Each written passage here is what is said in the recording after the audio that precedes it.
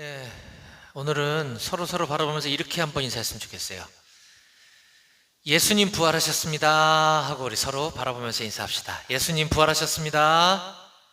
예, 웃으면서 예수님 부활하셨습니다. 기쁘지 않나요? 표정이 왜 그래? 예, 예수님 부활하셨는데 기뻐야죠. 그렇습니다. 어, 저는 어제 저기 전남 영광에 좀 다녀왔습니다. 전남 영광 꽤 멀더라고요. 저희 집이 남양주인데 남양주까지 올라오는데 5시간 반 걸린 것 같아요. 휴게소 조금 들렸더니. 갔던 이유는 우리 작년 가을에 부대 위문 행사 했었죠. 위문 행사. 이제 그런 위문 행사를 그쪽 지역에서도 좀 하고 싶다고 하셔서 준비를 이제 제가 해왔어요. 쭉 그쪽에 어느 군인교회를 가서 위문을 할까, 이제 군인교회도 섭외하고 또 위문 오시는 분들도 모집하고 또 이 찬양 사역하시는 CCM 찬양 사역자분도 섭외하고 그래서 쭉 지금 준비를 해왔다가 이제 어저께가 이제 디데이여가지고 제가 가서 쭉 진행을 하고 그리고 올라왔습니다. 그쪽 부대 31사단 96여단 제6 해안기동대대인데 처음이죠. 그 부대에서는 그 친구들은 처음 하는 이 부대 위문 행사인데 평상시에 예배 인원이 한 요 정도 한 10명에서 15명이라 그래요. 거기도. 근데 어제 한 60여 명이 와서 엄청 좋아하는 모습을 보면서 오늘 그곳 지금 이 시간에 예배 상황이 어떨까 제가 몹시 궁금합니다. 그걸 보면서 또한 우리 임마누엘 교회 청년들도 이렇게 좋아하겠지. 그래서 가을에 다시 한번 잘 준비해서 우리 교회에서도 할 수 있도록 하겠습니다. 혹시 가을 전에 집에 가는 사람 손 한번 들어봐요. 몇 월에 가? 7월. 아쉽다. 그때 한번 오지. 민간이신 분으로. 그래요. 한 10월 정도에 한번 우리 부대 개방해서 위문 행사 대대적으로 한번 할 수 있도록 준비하도록 하겠습니다. 오늘은 기독교 절기상 매우 중요한 절기인 부활주일이죠. 부활주일. 우리 예수님께서 유월절을 앞둔 금요일 날 십자가 사형장에서 사형당하시고 사형당하신 이유는 예수님이 뭐 어떤 중범죄를 저질러서가 아니라 우리 인류의 죄를 대신 짊어지고 유대인들은 사람이 죄를 졌을 때 하나님 앞에 죄를 졌거나 사람들한테 죄를 졌을 때 그 죄값을 희생제물 소나 양 같은 짐승을 잡아서 죽이고 그 피를 흘려서 그 제물을 태워가지고 제사를 지내는 그것이 죄 사함을 받는 의식이었단 말이에요. 그럼 이제 그거를 매번 내가 어제 죄 지면 또 양 잡아야 되고 오늘 또 죄 지면 내일 또 소 잡아야 되고 이게 사람이 할 짓이 아니죠. 그래서 하나님께서는 그 희생 제물로서 당신의 하나밖에 없는 아들 예수님을 희생 제물을 삼으신 거예요.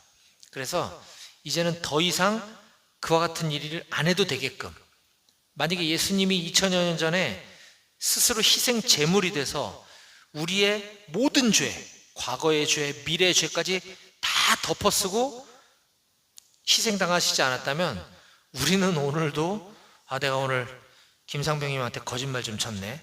그럼 내일 또 양 잡아야 돼요. 이렇게 살아야 된다는 거죠. 예수님의 그 희생 덕분에 우리의 죄가 완전히 해결받았다. 근데 거기서 끝났으면 우리에게는 소망이 없을 텐데 예수님은 금요일 날 돌아가시고 토요일, 일요일 날 다시 살아나셨습니다. 부활하신 거죠. 사람이 죽었던 사람이 다시 살아나는 거 여러분들 본 적이 있나요? 나 주변에 그런 사람 봤나요? 불가능한 일이죠. 있을 수 없는 일입니다. 인류가 하나님께서 최초의 인간을 흙을 빚어서 아담이라고 하는 인간을 만들고 나서 지금까지 인간이 죽었다가 다시 살아나는 일은 없어요. 죽은 줄 알았었는데 안 죽었던 경우는 있을 수 있죠. 뭐 좀 진기 명기 이런 데 있을 수 있죠. 죽은 줄 알고 막 장례도 치르고 다 했는데 안 죽었었던 이런 일은 있을지 모르겠지만, 숨이 끊겼는데 그것도 뭐 잠깐 숨이 멈췄다가 다시 맥박이 돌아온 정도가 아니라 3일이면 이건 시체도 더운 날씨에 부패되기 시작한단 말이에요. 근데 다시 살아났다? 이거는 우리 인간의 지성으로는 도저히 이해가 안 되는 불가사의한 일입니다.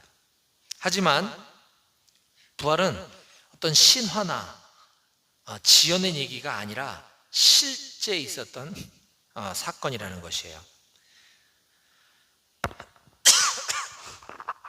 왜냐하면 2000년이 길다면 길 수도 있지만 그렇게 길지 않아요. 2000년 전의 역사를 이미 역사가들은 많이 기록해 놓았고, 우리가 보고 있는 이 성경도 이게 역사적 사실을 기록해 놓은 역사책이기 때문에 우리 성경이라고 하는 이 역사 이야기를 보면 예수님의 부활 사건을 실제 두 눈으로 똑똑히 본 사람들이 여럿 있다는 거죠. 증인이 있는 거죠. 그래서 이것은 실제 있었던 사건이다라는 사실을 우리는 꼭 믿어야만 합니다.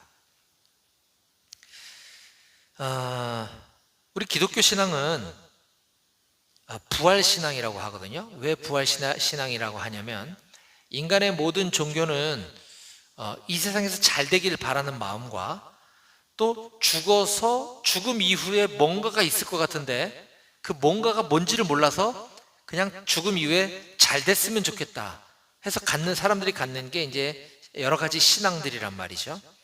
그런데 우리 기독교는 죽음 이후에 다시 부활한다라고 하는 걸 믿는 종교입니다.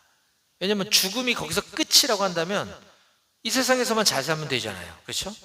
근데 죽음 이후에 우리는 육체까지도 다시 부활한다는 사실을 믿는 종교인 거예요.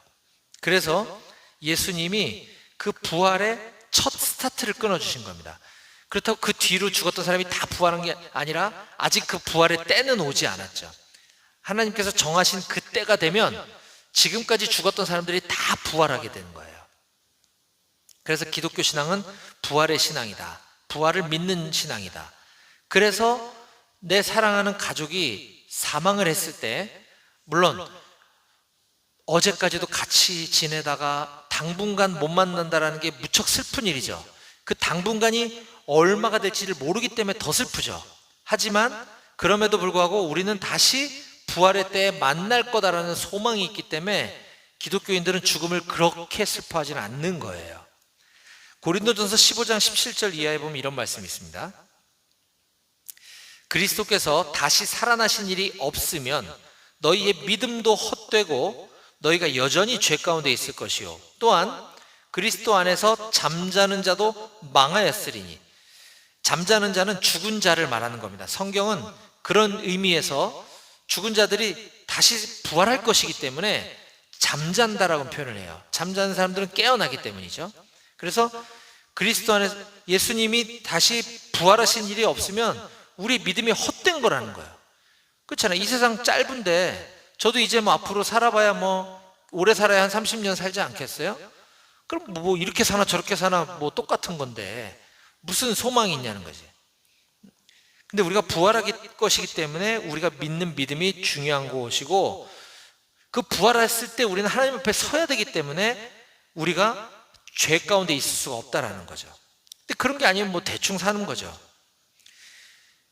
만일 그리스도 안에서 우리가 바라는 것이 다만 이 세상의 삶뿐이면 모든 사람 가운데 우리가 더욱 불쌍한 자이니라. 그렇죠. 그러나 이제 그리스도께서 죽은 자 가운데서 다시 살아나사 잠자는 자들, 죽은 자들의 첫 열매가 되셨도다. 아멘. 그래서 예수님이 부활하셨기 때문에 우리도 하나님의 때에 부활한다라는 사실을 꼭 믿으시기 바랍니다. 아멘. 오늘날 교회에서, 기독교에서 중요하게 다루는 절기가 두 개가 있죠. 성탄절과 부활절입니다. 근데 성탄절은 굉장히 세상 사람들도 다 막 즐기는 축제 날이 돼버렸어요. 대부분 전 세계 대부분의 나라에서 빨간 날로 지정해주고 아예 회사도 안 가고 학교도 안 가게 해 만들어줬어요. 그런데 아쉬운 것은 성탄절은 예수님의 탄생을 기념하는 날이란 말이죠. 근데 대부분의 사람들은 예수님의 탄생과 상관없는 일로 즐거워하고 살아요. 맞죠? 선물 주는 거, 사랑하는 연인하고 뭐 재밌는 시간 보내는 거, 이런 것들을 좋아하기 때문에 성탄절을 즐긴다는 거예요. 완전히 의미가 퇴색되고 변질돼 버린 것이죠. 자, 그럼 부활주일은 어떤가? 좋아요. 세상 사람들은 부활주일 뭐 안 기뻐한다 쳐요.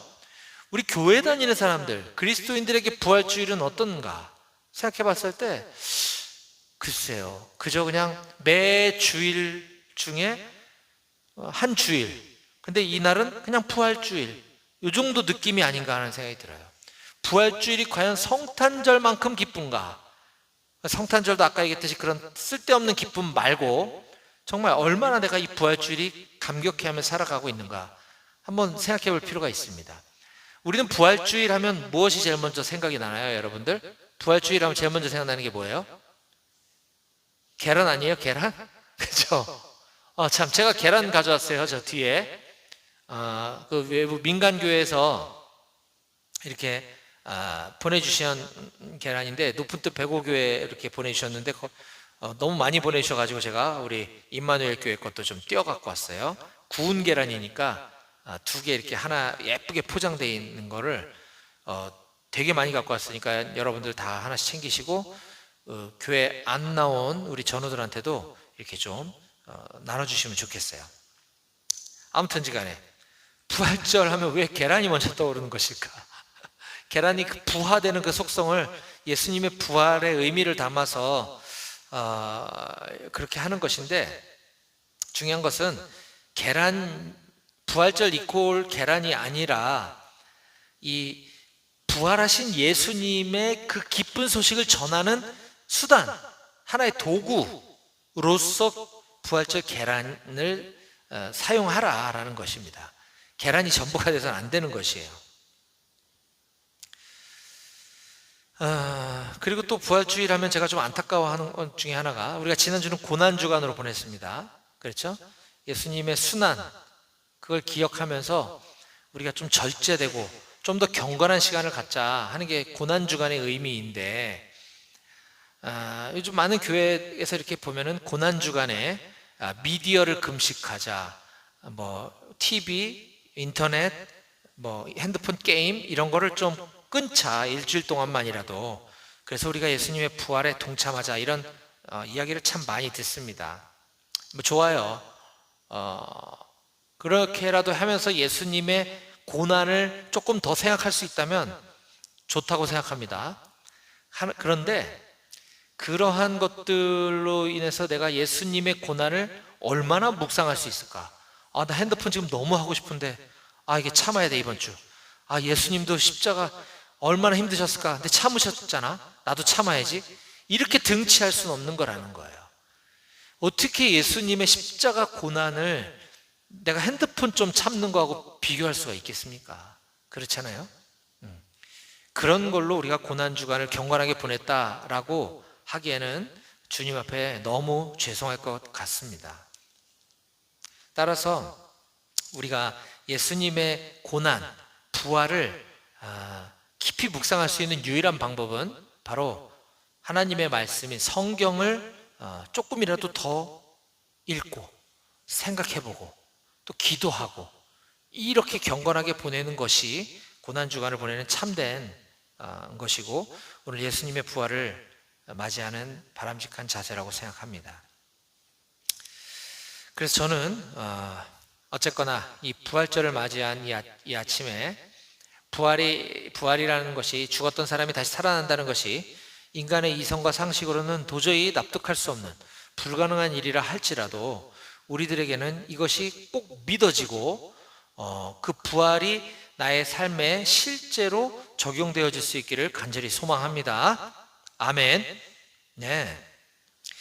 우리가 예수님의 부활을 어떻게 경험할 수 있을까? 부활하신 예수님을 내가 만날 수가 없는데, 예수님의 부활을 경험을 하고 느낄 수 있는 유일한 방법은 바로 하나님의 말씀이 성경을 통해서 밖에 없다 하는 사실을 꼭 기억하시기 바라요. 그래야 이 성경이, 왜 우리가 성경을 통해서 예수님의 부활을 깨달을 수 있는가? 바로 이 성경 안에 부활하신 예수님을 만났던 사람들의 이야기가 기록되어 있거든요. 그것이 바로 오늘 우리가 읽었던 본문인 것입니다. 그래서 저는 오늘 이 요한복음 20장 본문 속에 등장하는 예수님의 부활을 그때 당시 실제로 목격했던 그 사람들의 모습을 보고, 그 사람들이 예수님의 부활을 목격한 이후의 삶이 어떻게 변화됐는지를 봄으로써 마찬가지로 동일하게 우리도 예수님의 부활을 경험하고 이 시간에 예수님의 부활을 경험함으로써 우리의 인생이 변화될 수 있기를 주님의 이름으로 축복합니다. 아멘. 네. 그래서 저는 오늘 예수님은 부활하셨습니다 라는 제목으로 말씀을 함께 나누도록 하겠습니다. 같이 외쳐볼까요? 예수님은 부활하셨습니다. 시작. 예수님은 부활하셨습니다. 예. 자, 오늘 본문 1절을 보면 한 여인이 등장을 합니다. 요한복음 20장 1절 함께 보겠습니다. 안식 후 첫날 일찍이 아직 어두울 때에 막달라 마리아가 무덤에 와서 돌이 무덤에서 옮겨진 것을 보고, 자, 안식 후 첫날, 안식일, 유대인들에게 안식일은 토요일입니다. 그렇죠? 안식 후 첫날이니까 토요일 지난 첫날, 바로 일요일을 말하는 거예요. 일요일 아침 일찍, 아직 어두울 때, 해가 아직 뜨지도 않았어요. 이른 새벽부터 막달라 마리아라고 하는 여인이 무덤에 왔대요. 그 무덤은 예수님의 시신을 안치했던 무덤입니다. 그랬더니 돌이 무덤에서 옮겨진 것을 보았대요. 고대 팔레스타인 지역의 무덤은 우리가 오늘날 이렇게 야산에 있는 이렇게 둥그렇게 흙을 쌓은 그런 무덤이 아니고 산에 있는 동굴을 무덤으로 사용했어요. 거기에 시신을 안치하고 큰 돌문을 갖다가 막아서 사람이 출입하지 못하도록 하는, 이것이 무덤의 형태인데, 그 예수님 무덤을 막아놨던 그 문이 열렸다는 거예요. 치워졌다는 거예요. 깜짝 놀랐겠죠. 막달라 마리아는 누구냐? 예전에 7 귀신 들린 여인이었어요. 귀신 들린 여자 뭐죠? 오늘날? 그렇죠, 무당이죠. 일종의 귀신 들린 여인. 예수님 만나서 그 귀신이 다 내쫓아가고 예수님을 열렬하게 따르고 지지했던 여인이었단 말이에요. 그런데 예수님이 돌아가셨으니 얼마나 슬펐겠어요. 비록 돌아가셨지만 예수님의 시신을 보고 싶어서 금요일 날 돌아가셨다 그랬잖아요. 근데 그 다음날 토요일은 안식일이기 때문에 유대인들은 일을 해서는 안 돼. 여기서 말하는 일이란 장거리 이동도 해서는 안 된단 말이에요. 법이 그래요. 그래서 토요일 날은 못 가고 꾹 참았다가 일요일 날 해도 뜨기 전에 안식일 끝나자마자 새벽같이 예수님 시신을 보러 갔더니 문이 열려 있더라. 깜짝 놀랐을 겁니다.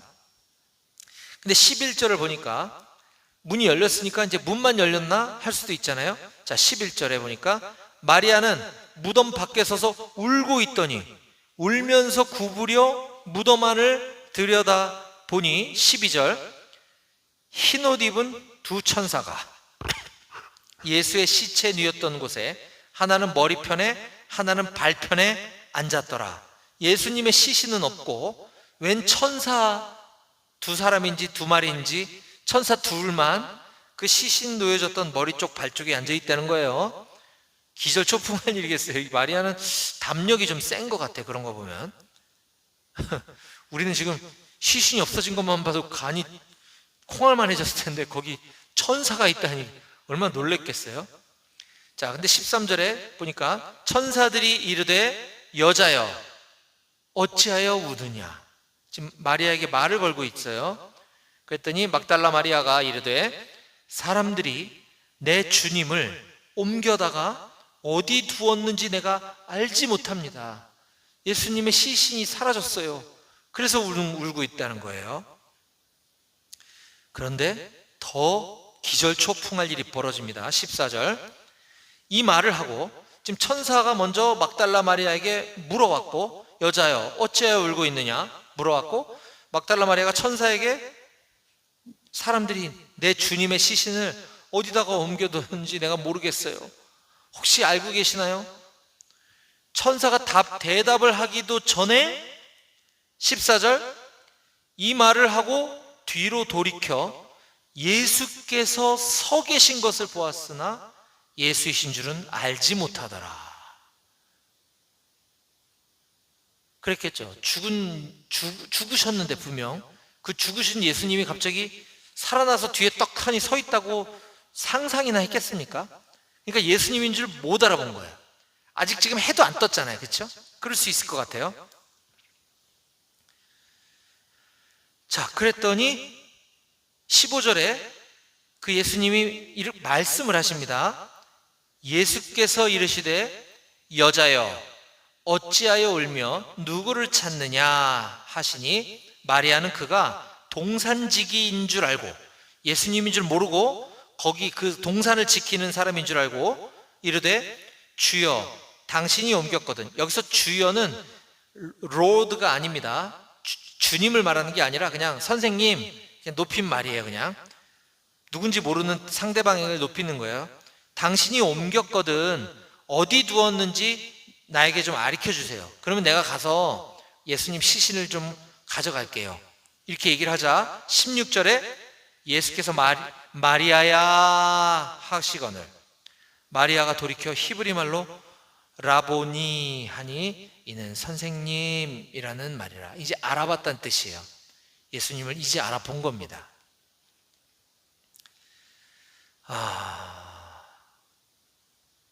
굉장히 놀랐겠을 것 같아요. 자, 지금 마리아가 부활하신 예수님, 살아나신 예수님을 조우하는 장면이에요. 인류 최초로 다시 죽었다가 살아나신 예수님을 최초로 발견한 여인, 목격한 여인, 막달라 마리아, 무당 출신, 귀신 들렸던 여인이라는 겁니다. 자, 그러자 17절에 예수께서 이렇게 말씀하십니다. 마리아에게 17절, 예수께서 이르시되 나를 붙들지 말라. 내가 아직 아버지께로 하나님께로 올라가지 아니하였노라. 너는 내 형제들에게 가서, 내 사랑하는 제자들에게 가서 내가 내 아버지 곧 너네 아버지, 내 하나님 곧 너네 하나님께로 내가 올라간다 하고 가서 전해라 라고 지금 얘기하고 계시는 겁니다. 그러자 마리아는 이제 예수님의 그 부활을 목격했고 예수님의 그 부활 소식을 전하는 메신저가 된 거예요. 메신저로서의 사명을 받았습니다. 그래서 예수님의 그 당부의 말씀을 지키기 위해 예수님이 사랑하는 제자, 형제라고 표현하신 그 제자들에게 달려가서 이 사실을 알립니다. 18절, 막달라 마리아가 가서 제자들에게 내가 주님을 보았다 하고, 또 주님께서 나에게 이렇게 말씀하셨어. 내 하나님 곧 네 하나님, 내 아버지 곧 내 아버지께 예수님이 이렇게 올라가신다고 얘기하셨다고 전해라고 했다, 이렇게 말씀을 한 거예요. 자, 그 이야기를 들은 제자들이 이제 예수님의 시신이 있던 곳으로 또 달려가게 됩니다. 그런데 여러분, 이 제자들은 지금 어떤 상황에 처해 있는지를 우리가 좀 파악할 필요가 있어요. 자기 스승인 예수님이 지금 사형을 언도받은 거죠. 그렇죠? 근데 그 사형은 살인을 저질렀거나 흉악범을 저질러서가 아니라 예수님은 일종의 종교법에 따라 정치범이 돼서 예수님이 사형 언도를 받으신 거거든요. 그 사상이 문제가 있다는 거죠. 아니, 우리는 하나님의 그 하자라는 말도 못 써가지고 히읗자밖에 못 썼는데, 하나님이라는 말을 감히 우리는 입에 올리지도 못하는데 자기가 하나님의 아들이라고 얘기하고 다니니까 저거 죽여야 된다고 한 거거든요. 근데 그런 스승 밑에서 가르침을 받은 제자들 가만둘까요? 쉽지 않겠죠. 제자들은 우리도 언제 붙잡혀갈지 모를 그런 지금 위기의 순간이야. 예를 들면 이런 거지.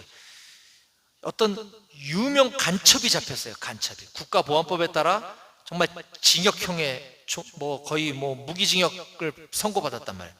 근데 이 사람 조사하다 보니까 이 사람이 남한에 와가지고 그 주체사상 김일성 공산주의를 가리켰던 제자들이 있다고 해봐요. 그럼 그 걔들도 잡아야 되지 않겠어요? 그쵸? 지금 제자들이 엄청 지금 불안에 떨고 있는 상황입니다. 왜냐하면 스승이 돌아가신 지 이틀밖에 안 됐거든.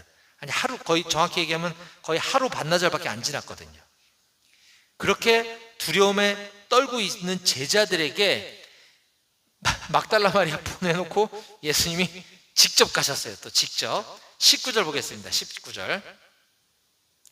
이날 곧 안식 후 첫날 저녁 때에 시간이 좀 흘렀군요. 안식 후 첫날 이른 새벽에 아직 동트기도 전에는 막달라 마리아가 무덤에 달려갔었고 거기서 예수님 만났었죠. 근데 그날 저녁입니다. 지금 저녁 때 제자들이 유대인들을 두려워하여 모인 곳의 문들을 닫았더니, 자, 제자들이 왜 유대인들을 두려워했는지 제가 아까 설명했죠. 그렇죠? 자기 정치범으로 사형당한 스승의 자기 제자이기 때문에 무서운 거예요. 그래서 문을 닫고 꼭꼭 숨어 있었다는 겁니다. 그런데 갑자기 그 문을 뚫고 예수님이 떡하니 지금 눈앞에 와 계신 거예요. 예수께서 오사 가운데 서서 이르시되 너에게 평강이 있을지어다 놀라지 마 평안해라 하는 거예요. 놀래 자빠졌겠죠. 평강이 있을지어다. 그리고 나서 곧바로 이런 말씀하십니다. 20절. 이 말씀을 하시고 손과 옆구리를 보이시니 제자들이 주를 보고 기뻐하더라. 이게 조금 19절과 20절이 너무 좀 생뚱맞을 수 있어요. 왜냐하면 이 사건이 너무 빠르게 전개가 됐어. 제자들은 유대인들이 무서워서 문 닫고 꼭꼭 숨어 있었는데 갑자기 예수님이 슝 하고 나타나서 우리 가운데 띡 서가지고 너에게 평강이 있을지어다 라고 얘기를 하셨는데 갑자기 내 손을 짠, 옆구리 짠, 이게 무슨 시츄에이션인지 조금 맥락이 이해가 안 될 수 있어요. 자, 그래서 이 부분을 좀 더 풀어서 자세히 설명해 준 부분이 마가복음 16장 9절에서 11절을 좀 볼 필요가 있습니다. 지금 이 똑같은 장면을 마가가 기록한 거예요. 요한복음은 요한이 기록한 거죠. 마가복음 16장 9절에서 11절 제가 읽어드리겠습니다. 예수께서 안식 후 첫날 이른 아침에 살아나신 후, 아까 똑같죠? 전에 7 귀신을 쫓아내어 주신 막달라 마리아에게 먼저 보이시니, 그쵸? 아까 그냥 막달라 마리아 이렇게만 나왔는데 요한복음에는, 마가복음에는 전에 7 귀신을 쫓아내어 주신 막달라 마리아라고 그녀가 누군지도 설명을 해주고 있어요. 또 16장, 마가복음 계속 16장 10절. 마리아가 가서 예수와 함께 하던 사람들, 제자들이 슬퍼하며 울고 있는 중에 이 일을 알림해 예수님의 부활을 알렸죠. 그랬더니 11절, 제자들은 예수께서 살아나셨다는 것과 마리아에게 보이셨다는 것을 듣고도 믿지 아니하니라. 막달라 마리아가 예수님의 부활하신 예수님을 만났어요.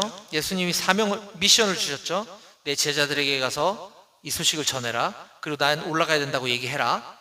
근데 제자들이 안 믿을 걸 예수님 아신 거예요. 마리아가 가서 제자들한테 얘기했더니 지금 마가복음에 보니까 그들은 예수께서 살아나셨다는 것과 마리아에게 보이셨다는 것을 듣고도 믿지 아니하였기 때문에 예수님이 직접 그 제자들에게 찾아가셔서 손에 못자국을 보여준 거죠. 나야 나. 여기 십자가에 못 박았던 거 봐.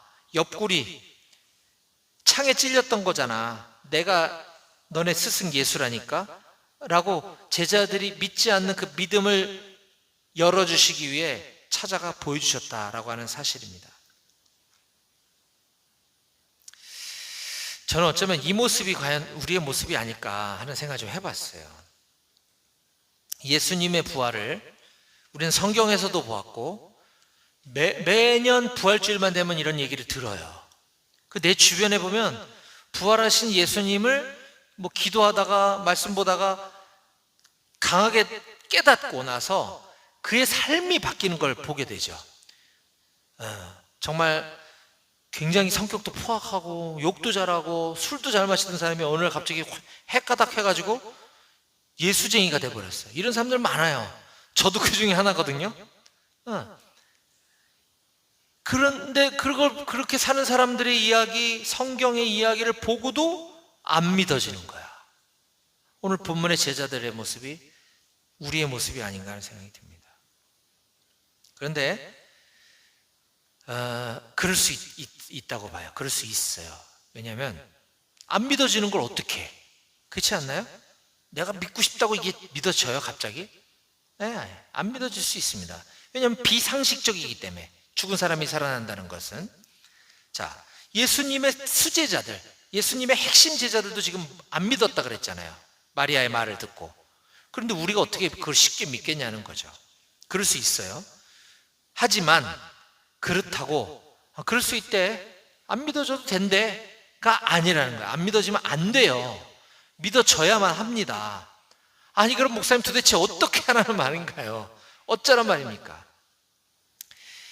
이걸 믿고 안 믿고의 문제는 사느냐 죽느냐의 문제예요. 여러분, 기독교는 믿음으로 천국 가는 신앙이잖아요. 안 믿으면 우리 천국에 갈 수가 없습니다. 영원히 사느냐 죽느냐의 중요한 문제이기 때문에 우리는 이 문제를 해결해야 돼요. 그러면 이걸 어떻게 해결하느냐? 내가 믿고 싶다고 막 뭔가를 쥐어짠다고 믿어지는 게 아니라 그랬어요. 그 믿음을 주실 수 있는 분은 하나님 한 분밖에 없으신 줄 아시기 바랍니다. 그래서 주님 이렇게 기도하실 필요가 있어요. 예수님의 부활이 이렇게 중요하다고 하는데, 그거 믿어야 된다고 하는데 저 솔직히 안 믿어집니다. 이렇게 기도하세요. 괜찮아요. 저에게 믿음을 주세요. 이런 기도는 하나님이 100% 응답해 주십니다. 무조건. 우리의 기도가 다 응답되어지는 건 아니에요. 때로는 하나님이 볼 때 이거 지금 응답해 주면 얘한테 도움이 안 될 것 같아. 그러면 나중에 응답해 주시는 경우도 있고요. 이거는 응답해 주면 오히려 독이 될 것 같아. 응답을 안 해주시는 게 응답일 수도 있고요. 기도 응답의 방법은 여러 가지가 있거든요.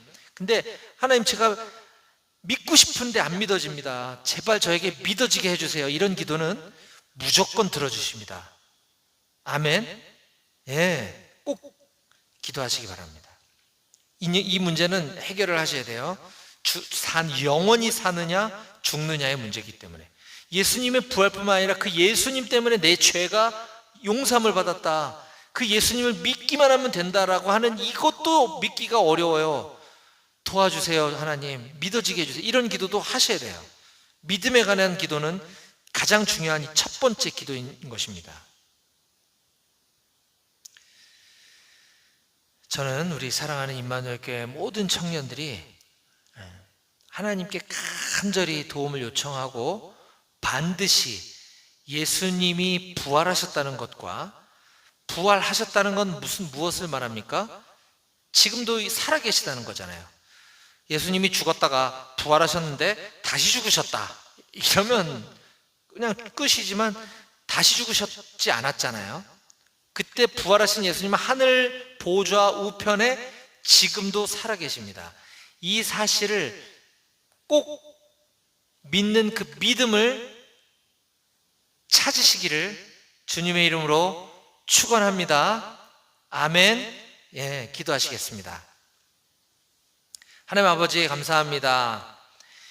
예수님은 부활하셨대가 아니고, 예수님은 부활하셨을까도 아니고, 예수님은 부활하셨습니다. 2000년 전에 분명 예수님 부활하셨고 그걸 목격한 증인들의 이야기가 오늘 우리가 성경을 통해서 분명히 보았습니다. 그럼에도 불구하고 이게 너무 비이성적이고 너무 비현실적이라 잘 안 믿어질 수도 있을 것 같습니다. 주님, 하지만 그 예수님의 부활을 안 믿었던 제자들도 예수님이 찾아와 주시니까 믿어지고 그들의 전 생애가 뒤바뀌어지고 예수님을 위해서 살았던 것처럼 우리 이 자리에 모인 우리 사랑하는 귀한 임마누엘 교회 청년들도 그 예수님의 부활과 예수님이 구원자 메시아라고 하는 그 믿음이 생길 수 있도록 주님 꼭 도와주시옵소서. 그 누구보다 본인이 내가 스스로 그 믿음을 갈급해 하는 우리 영혼들, 우리 청년들 다 될 수 있도록 주님 도와주시고 그 기도에 하나님이 약속하신 대로 신실하게 응답하여 주시옵소서. 감사드리며 살아계신 예수님의 이름으로 기도했습니다. 아멘.